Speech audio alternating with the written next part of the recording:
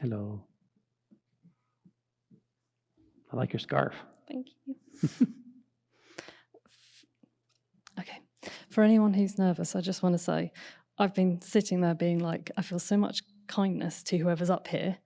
And then suddenly I've looked this way and I'm like, oh, you're probably all feeling that. And so if anyone who comes out of it, just know there's a lot of kind people out there. Can you pull your mic just slightly closer? Just a little bit. There we go. Okay. Cool. Yeah. Okay. There's a couple of things I want to check out with you. This is one of those I had an insight stories, but it's also accessible now. So I like that. but it seems really stupid, like it's a really stupid, simple insight. And I kind of think, well, has everyone else already got this? Am I the last one to know? Or if not, maybe this is helpful to someone who really doesn't get this. It might be. It could be. So earlier this year, after your online retreat, it was kind of obvious from that awakening wasn't something that had to happen. It is awake, as in this is awakening, as in present tense, or and I mean it in like the simplest way, because it's just like, this is where it sounds really stupid. It's like, it's the only thing that's happening, as in it's live, as in this is what's happening. Yeah, we're live now. Everything else was just in the past, and now and there we're isn't live. anything else. That's right. Because it's very simple.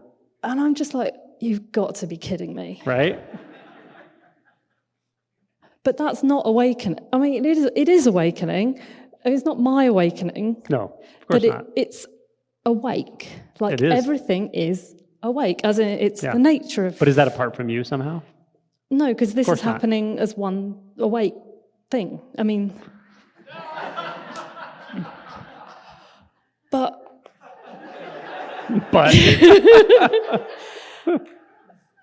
I know it's not an awakening because I haven't had a shift in identity. That is happening, and that's not funny. Who are you? I can't find out. No, I know. And last night it was a problem. Like it was really a problem. Like it wasn't funny. Yeah. I mean, it was funny, but it wasn't funny. And it was like, oh no, there's nowhere to go home to. And then I was like, this is really bad, just don't look at that. It was like finding a hole in yourself and just don't look, because it's going to get bigger. And you see that's also a thought, though. Yes? Like the concern for, is there a hole, is there not a hole? It's true, isn't it? Yeah. And it's here right now, isn't it? It's whatever we're talking about, it's just very obviously just the case right now. You called it awakeness, so I'll call it awakeness, that's fine. Awakeness is, I mean, obviously the case. Even I forget it most of the time. Well, I can't completely forget it. It's always the case. Does it sound to you like she's had an awakening? No.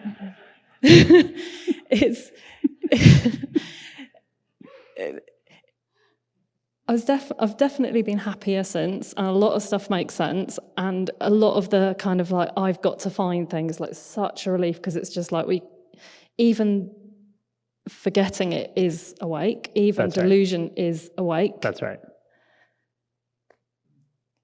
Wait, who's teaching this stuff? Me or you? Come on. Seriously, it's like everybody, it's like then I start saying the things that are annoying that teachers say. What will happen with that, though, is you'll start to, well, you may or may not try to explain it to people, and they'll be like, exactly. You'll see that, like, just because you wake up to that, or that wakes up to itself or whatever, doesn't always mean you have the instinct of how to calibrate it, how to calibrate when to talk about it and stuff. Yeah. So for me, I just learned not to talk about it at all for many, many years. Yeah. And then for whatever reason it comes now. But as you see, it just comes. Things are spontaneous. We don't know why anything happens, and we don't need to. Yeah. It can create distance with people if I'm trying to put it on them or hope that it will be helpful. Don't do that. It just, being helpful doesn't help. Nope. It really isn't a good idea. Yeah. But the identity shift thing, this is like a Soto Rinzai thing, because I kind of get that it's already awake, but there's a process sort of thing, because there's so much attachment to a thought-based hiding place. Yeah, but that's all a mechanism. That's all mechanistic, yes? Exactly. You're very clear on that. Okay. That's it. Congratulations. Jeez. No way. No way. There's no way. You know what? I'll tell you a funny story. One of my friends who's a Zen teacher told me this. She said there was a sesshin, and there was a guy. A sesshin's like a retreat like this, but it was, they're very intense because you like even more sitting, and it's rigid sitting, and they're just very intense emotionally, physically, and all of it. And during a sesshin, like towards the end, this guy had an awakening, and he's in the Dokusan room with her, and he was like, when he realized how simple it was, he was like, "Why didn't you tell me how simple it was?" And she said, "I said it all, but I always say it." And he's like, "I know, but you didn't say it the way I didn't think you meant this, she said she had to actually talk him out of going out into the Zendo like right away and just telling everyone, just leave. Go, you guys just leave. You don't need to sit for this. It's not something you can get because it's already here." And she's like, no, don't do that. Like, let them sit.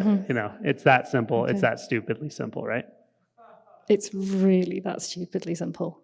Like, it's really, I was just laughing at myself. It's not special, is it? It's so unspecial. That's the problem right there. That's what makes people seek it endlessly, is because it's like they're looking for something special. Yeah. Because they don't feel special. Yeah. But it's not about special or unspecial.